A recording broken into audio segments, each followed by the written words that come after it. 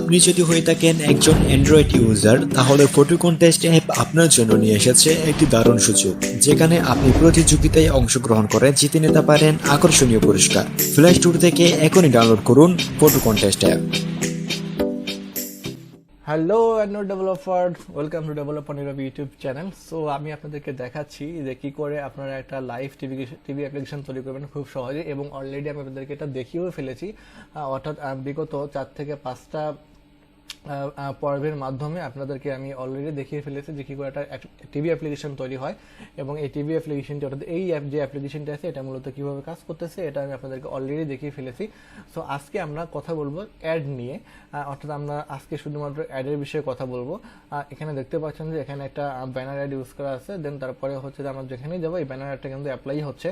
দেন তারপরে আমরা যখন ভিডিওটা প্লে করতেছি, প্লে লিস্ট করার পরে আমি যখন অন ব্যাক করতেছি তখন কিন্তু আমার একটা ফুল স্ক্রিন অ্যাড লোড হচ্ছে। সো ভিডিও শুরু করার আগে আপনাদের কাছে আপনাদের উদ্দেশ্যে কিছু কথা, সেটা হচ্ছে যে আপনারা যদি আমার চ্যানেলে নতুন হয়ে থাকেন তো অবশ্যই আমার চ্যানেলটি সাবস্ক্রাইব করবেন। দেন ভিডিও ডিসক্রিপশনে একটা অ্যাপের লিঙ্ক দেওয়া আছে, ফটো কন্টেস্ট অ্যাপ্লিকেশন। আপনারা চাইলে সেই ফটো কন্টেস্ট অ্যাপ্লিকেশনটি ইনস্টল করে ইউজ করতে পারেন, এবং চাইলে আপনারা সেই কন্টেস্টে অংশগ্রহণ করে খুব সহজেই কিন্তু আকর্ষণীয় গিফট জিতে নিতে পারেন। ডিসক্রিপশন বক্সে লিঙ্ক আছে, আপনারা সেখান থেকে চাইলে অ্যাপ্লিকেশনটি ইউজ করতে পারেন। দেন আপনাদের যদি কারো আমার এই অ্যাপ্লিকেশনটি যদি প্রয়োজন হয় বা সোর্স কোডটি যদি প্রয়োজন হয় অবশ্যই আপনারা আমাকে নক দিবেন। সো এটা কিন্তু মূলত ফায়ারবেস ডেটাবেস ইউজ করে তৈরি করা, এটা পুরোটা ডাইনামিক একটি অ্যাপ্লিকেশন। আপনি চাইলে এখানে ইচ্ছা মতো কাস্টমাইজ করতে পারেন, অর্থাৎ ইচ্ছা মতো আপনি চ্যানেলগুলো অ্যাড করতে পারেন, ডিলিট করতে পারেন। সো অ্যাপ নিয়ে আর কোনো কথা বলছি না, কারণ আমি মূলত অ্যাপের উপরে 5টা ভিডিও করে ফেলেছি। সো আজকে দেখাবো আমরা যে অ্যাডটা মূলত কীভাবে কাজ করতেছে। তো চলুন শুরু করা যাক আজকের ভিডিওটি। আর একটা কথা বলতে ভুলে গেছি, সেটা হচ্ছে ডিসক্রিপশন বক্সে আমার ফেসবুক প্রোফাইলের লিঙ্ক দেওয়া আছে। আপনারা চাইলে আমার সাথে ফেসবুকে কানেক্ট হতে পারেন যে কোনো বিষয়ে। আর যদি আপনাদের কোনো কিছু বলার থাকে কমেন্ট বক্সে অবশ্যই কমেন্টস করে জানাতে পারেন। সো অ্যাডটা যেভাবে কাজ করতেছে সেটা হচ্ছে যে আমরা চলে যাচ্ছি আমাদের গ্যাডেল ফাইলে, অর্থাৎ গ্যাডেল ফাইলে যাওয়ার পর আমরা কিন্তু এখানে যখন আমরা কোনো অ্যাড নেটওয়ার্ক ইউজ করবো তখন অবশ্যই কিন্তু আমাদের যে অ্যাড নেটওয়ার্কের যে একটা ডিপেন্ডেন্সি আছে সেই ডিপেন্ডেন্সিটা মূলত আমাদের কিন্তু এখানে ইম্পোর্ট করে নিতে হবে, অর্থাৎ ইমপ্লিমেন্ট করে নিতে হবে। এটা মূলত হচ্ছে যে আমার যে অ্যাড আছে সেই অ্যাডের হচ্ছে যে ডিপেন্ডেন্সিটা এইটা দেখতে পাচ্ছেন, এটা হচ্ছে যে আমাদের অ্যাডের ডিপেন্ডেন্সি। এটা যদি আমি ইমপ্লিমেন্ট না করি তাহলে কিন্তু আমরা অ্যাড শো করাতে পারবো না। Okay fine. দেন তারপরে আমাদের অ্যাডটা মূলত কোথায় কোথায় অ্যাপ্লাই হচ্ছে সেটা দেখতে হবে। অ্যাডটা অ্যাপ্লাই হচ্ছে এই যে ভিউ পেজের অ্যাক্টিভিটি আছে আমার, এই ভিউ পেজের অ্যাক্টিভিটিতে এখানে মূলত আমার অ্যাডটা অ্যাপ্লাই হচ্ছে। সো আমি চলে যাচ্ছি ভিউ পেজের অ্যাক্টিভিটিতে। ভিউ পেজের অ্যাক্টিভিটিতে যাওয়ার পর আমাকে প্রথমে যেতে হবে, খুঁজে বের করতে হবে যে লেআউটটা কোথায় আছে যেখানে আমি অ্যাডটা ইউজ করছি। সো আমি চলে যাচ্ছি এই লেআউটে, ফ্র্যাগমেন্ট ভিউ থেকে আমি চলে যাবো হচ্ছে যেখানে আমরা নেভিগেশন ড্র ইউজ করছি।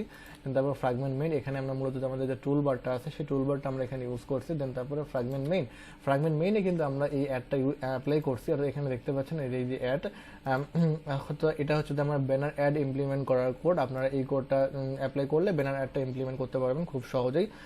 সো এইটা কিন্তু আমরা ডিজাইনে অ্যাপ্লাই করলাম। এবার এই অ্যাডটাকে যদি প্রপারলি লোড করতে হয় তাহলে আমাদের যে জাভা ফাইল আছে, জাভা ক্লাস আছে, সেখানে কিন্তু আমাদের স্পেসিফিক কিছু কাজ করতে হবে।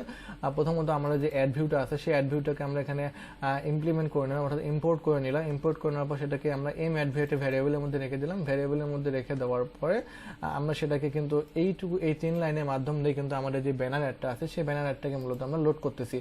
অর্থাৎ এই 3 লাইন কোড না করলে কিন্তু আমাদের ব্যানার অ্যাডটা লোড হবে না। দেন তারপরে আমরা যখন চলে যাচ্ছি আমাদের পরের অ্যাক্টিভিটিতে যাওয়ার পর এখানে দেখতে পাচ্ছেন এখানে একটা হচ্ছে এখানে কিন্তু একটা ব্যানার অ্যাড আছে। দেন তারপরে আমি যখন ব্যাক করার সাথে সাথে কিন্তু আমার এখানে একটা ফুল স্ক্রিন অ্যাড দেখতে পাচ্ছি, অর্থাৎ এখানে কিন্তু আমি 2টা অ্যাড অ্যাপ্লাই করছি।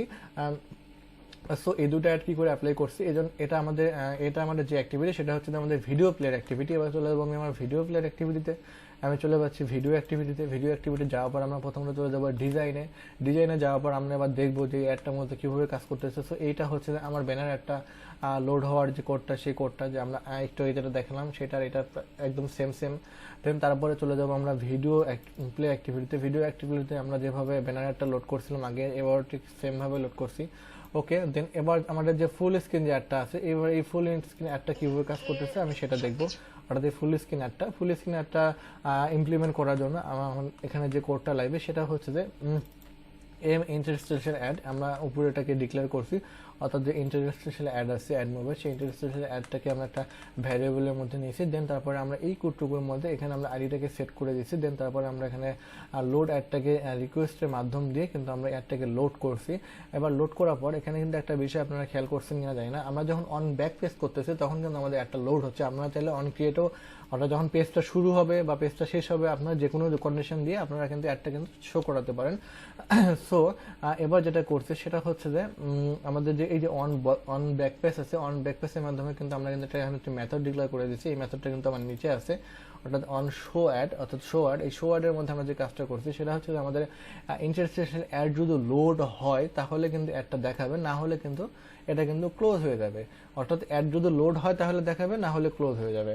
সো এটা কিন্তু আমরা একটা অন শো অ্যাড মেথডের মধ্যে রাখছি। দেন অন মেথডটা আমরা কখন কাজ করতেছে, শো অ্যাড মেথডটা আমরা কাজ করতে যখন আমি অন ব্যাক পেজ করতেছি, অন ব্যাক পেজ মেথডে যখন আমরা কাজ করতেছি তখনই সাথে সাথে কিন্তু এটা কাজ করতেছে। যদি অ্যাডটা লোড হয় তাহলে দেখাবে, না হলে দেখাবে না। সো এইটা হচ্ছে যে আমার টোটাল ফুল অ্যাডের বিষয়টা। সো আপনারা আশা করি ইজিলি বুঝতে পারছেন। এরপরে যদি আপনারা কোনো কিছু বুঝতে সমস্যা হয় বা না বুঝে থাকেন অবশ্যই কমেন্ট বক্সে কমেন্টস করে জানাবেন। সো নেক্সট ভিডিওতে দেখা হবে অন্য কোনো অ্যাপস নিয়ে। সো সে পর্যন্ত সবাই ভালো থাকবেন। বাই বাই, টাটা, আল্লাহ হাফেজ।